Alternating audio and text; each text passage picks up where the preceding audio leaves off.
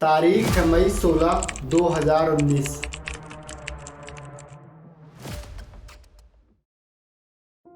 जब मैंने 12th पास किया था अपने शहर के one of the best school से अच्छे मार्क्स के साथ। वीडियो एक पर्सनल जर्नी है जहां मैं आपके साथ अपनी स्टोरी शेयर करना चाहता हूं कि कैसे मैंने एक सरकारी नौकरी के लिए अपने ज़िंदगी के सबसे महत्वपूर्ण 6 साल 2019 से जब मैं 12th पास आउट हुआ और 2025 आज दिसंबर तक मैंने उसके इंतज़ार में कैसे मैंने अपने 6 साल अपने ज़िंदगी के गवाए हैं। कुछ जानकारी नहीं। जब आपने तैयारी शुरू करी आप कितने साल के थे? सर उस समय हम 18 साल के थे और अभी हम 30 साल के हो गए। 30 साल के हो गए। तो पिछले 12 सालों में आपने अपनी जिंदगी में क्या किया है? तो शायद आपको इस स्टोरी से कुछ सीखने को मिले और शायद आप ये गलतियां ना करें।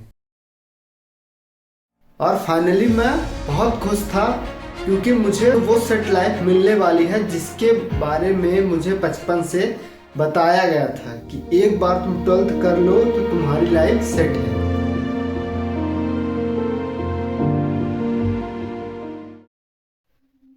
लेकिन जब मैं 12th पास हुआ था तो मेरे टीचर्स, स्कूल, फैमिली, फ्रेंड्स सब ने बताया कि बस थोड़ा सा आगे और बढ़ना है, कॉलेज एक स्टेप और, उसके बाद डिग्री के बाद एक अच्छी जॉब, बड़ा सा घर, लग्जरी गाड़ी, एक अच्छी लाइफ, सब कुछ तुम्हारा होगा, तुम्हारी लाइफ बिल्कुल सेटल्ड होगी।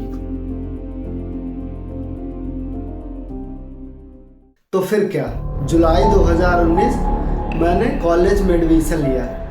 लेकिन एडमिशन के बाद जो हुआ उसने मेरी ज़िंदगी हमेशा के लिए बदल कर रख दी। मैंने सपने में भी नहीं सोचा था कि मेरे साथ भी ये हो सकता है।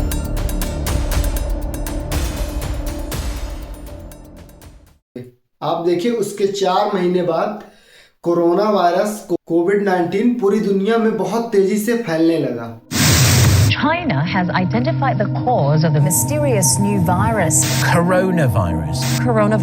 There are fears a rapidly spreading virus has reached Australia. This is a rapidly emerging situation where there is not a cause for alarm. उसके कारण स्कूल्स, ऑफिस, कॉलेज सब कुछ लॉकडाउन, शटडाउन, बहुत तेजी से सब कुछ ओवरनाइट बंद हो गया। लगभग पूरी दुनिया रुक सी गई।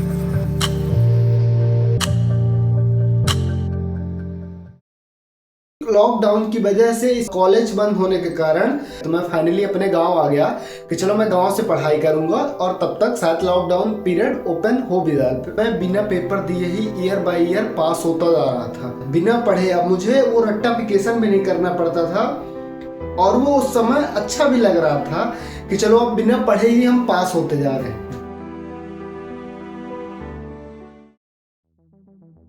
इतना दुनिया इतनी तेजी से ऑनलाइन में ट्रांसफॉर्म होती हुई सब कुछ बिल्कुल नया सा था। तो उस समय चीजें कम समझ में आ रही थी। उस समय तो ये अच्छा लग रहा था, लेकिन ये क्यों हो रहा है, कैसे हो रहा है, इसका इम्पैक्ट क्या होगा हमारे फ्यूचर में, उस समय कुछ समझ नहीं आ रहा था। टाइम, वो लॉकडाउन का पीरियड इतना तेजी से निकला कि कब 3 साल बीत गए समझ ही नहीं आया। एक पलक झपकते ही आया साल 2022।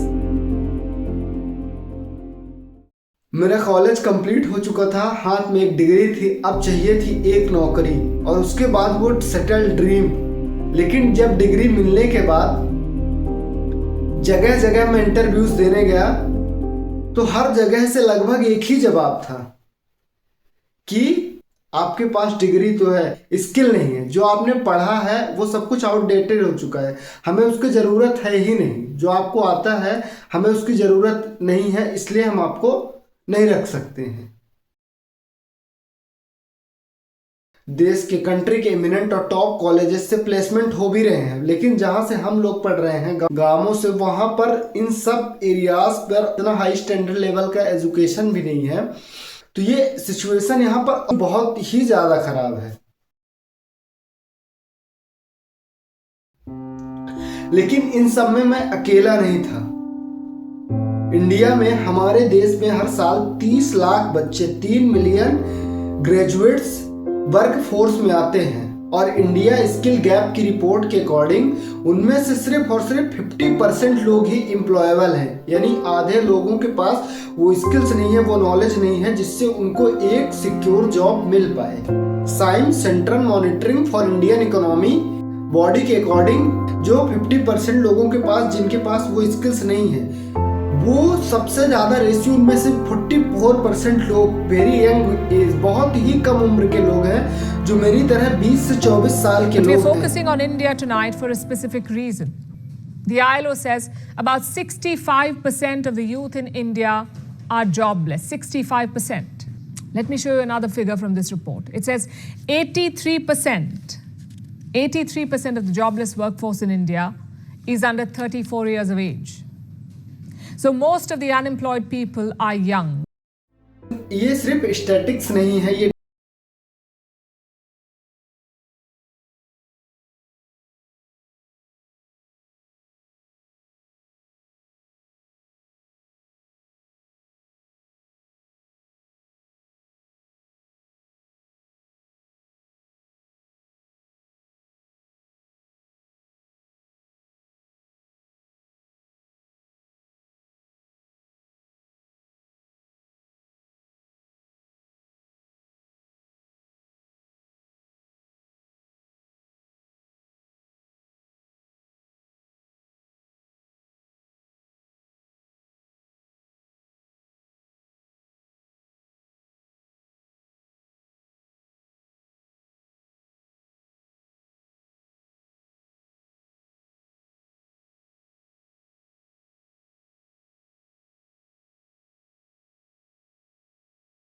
थे।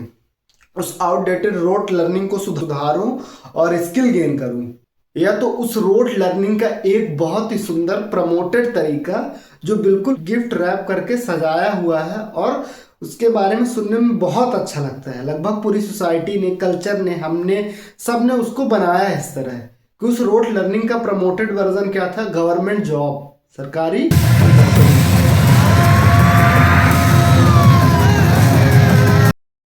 कि एक बार गवर्नमेंट जॉब लगने के बाद आपकी लाइफ में जब अभी तक के जितने भी अप्स एंड डाउन्स थे, जितने सक्सेस फेलियर थे, वो सब कुछ बैलेंस आउट किया जा सकता है सिर्फ और सिर्फ एक गवर्नमेंट जॉब से। आप सोसाइटी के सेंटर होंगे, लोग आपसे इंस्पिरेशन लेंगे, आपने कुछ ऐसा अचीव कर लिया है जिससे आपके dark side, negative, positive, failure सब कुछ निगलेक्ट कर दिए जाएंगे।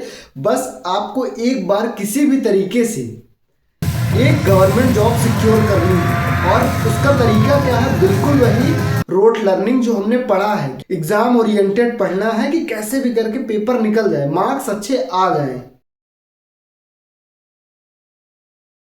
लेकिन जब मैंने वहां देखा एक ऐसी कभी ना खत्म होने वाली भीड़, लाखों करोड़ों की संख्या में, where thousands of students come from North India to study. They live in small rooms, study in cramped classes, but they're very focused on cracking exams. They either want to get into the police force, Indian Railways, get a job in the banks, and most of them are from poor families. लोग 10-10 साल से, 12-12 साल से लगे हुए हैं। कुछ जानकारी नहीं। जब आपने तैयारी शुरू करी आप कितने साल के थे? सर उस समय हम 18 साल के थे। और अभी हम 30 साल के हो गए हैं। 30 साल के हो गए। तो पिछले 12 सालों में आपने अपनी जिंदगी में क्या किया है? और इस टाइम पीरियड का अगर 10 साल में उन्हें नौकरी मिली, तब भी क्या ये इतने टाइम पीरियड के लिए वर्थ है? ये आप 20-25 हजार, 30 हजार की नौकरी के लिए अपने 10 साल, 12 साल दे रहे हो। अगर मिली तो चलिए मानते हैं कि आप वर्थ मानते हो उस चीज को, तो ठीक है। लेकिन नहीं मिली तो वो 10-12 साल के टाइम पीरियड का क्या, उसका हिसाब कहाँ से आएगा, उसकी भरपाई कैसे की जाएगी, उसका हिसाब कौन देगा? क्या कोई दे पाएगा कभी? लेकिन अब ये स्थिति और भी ज्यादा खराब होती जा रही है। अब क्योंकि जो लोग प्राइवेट सेक्टर में थे, जो वो लोग भी गवर्नमेंट जॉब की तरफ बहुत तेजी से आ रहे हैं, और उसका कारण है artificial intelligence. Artificial intelligence. Artificial intelligence. Artificial intelligence. We will have for the first time something that is smarter than the smartest human. It's hard to say exactly what that moment is, but there will come a point where no job is needed. You can have a job if you want to have a job for sort of personal satisfaction, but the AI will be able to do everything.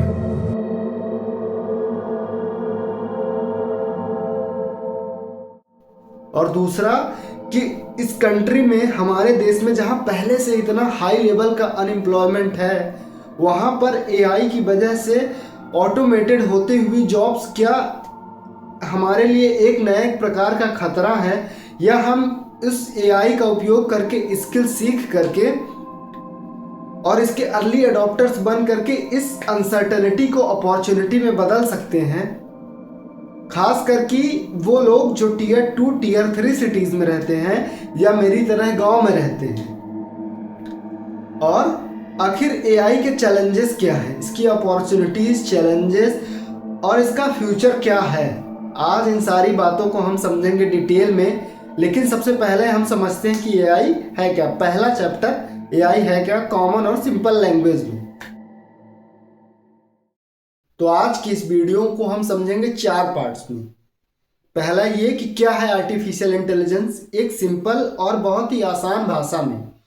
दूसरा, क्या हम AI का, artificial intelligence का उपयोग करके वो skills, वो knowledge gain कर सकते हैं जो एक मार्केट ओरिएंटेड है, इसके अर्ली अडॉप्टर बन के हम अपने आप को कैपेबल बना सकते हैं, इस अनसर्टेनिटी को अपॉर्चुनिटी में बदल सकते हैं। और इंडिया, हमारे देश में जहां से पहले इतना हाई लेवल का अनएम्प्लॉयमेंट है, क्या एआई यहां एक नई तरह की अपॉर्चुनिटी क्रिएट करेगा, ये चैलेंजेस क्रिएट करेगा। आज हम इस बात को समझते हैं और जानेंगे डिटेल में। और स्पेसिफिकली खास करके वो लोग जो टीयर 2, टीयर 3 सिटीज में रहते हैं या मेरी तरह गांव में रहते हैं, क्या वो लोग भी एआई का उपयोग करके अपने आप को कैपेबल बना सकते हैं और क्या नहीं। और आखिरी में हम ये समझेंगे कि इसके चैलेंजेस क्या है। क्या एआई सच में रिप्लेस कर देगा ह्यूमैनिटी को, या ये एक सिर्फ और सिर्फ एक टूल है जिसका उपयोग हम ज़्यादा जल्दी सीख करके एक बेहतर और अच्छी लाइफ को अंजाम दे सकते हैं। आज की इस वीडियो में हम यही समझेंगे।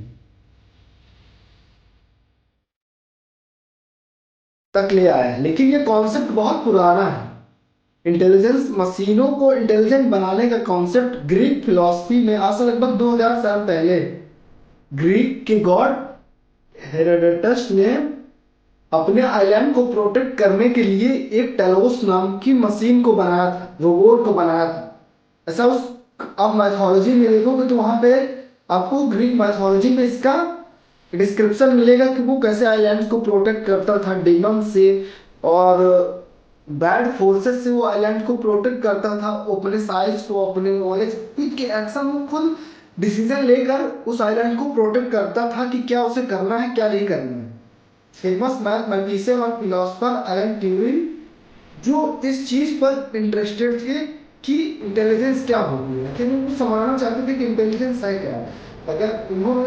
अगर कंप्यूटर के इंटेलिजेंस को प्रोग्राम किया जा सकता है तो जैसे हमारा माइंड काम करता है वैसे मशीनें भी कर सकती हैं। और उनका यह सोचने की वजह यह थी कि लॉजिक ये था कि अगर बर्ड्स भी फ्लाई करते हैं, वो भी उड़ते हैं और उनका कॉन्सेप्ट समझते वो नहीं होता है, तो कॉन्सेप्ट सेम है और दोनों का काम उड़ना। तो अगर हम दिमाग के फंक्शन को समझ गए कि दिमाग कैसा डिसीजन लेता है, इंटेलिजेंस क्या है, तो हम मशीन्स को भी इंटेलिजेंट बना सकते हैं।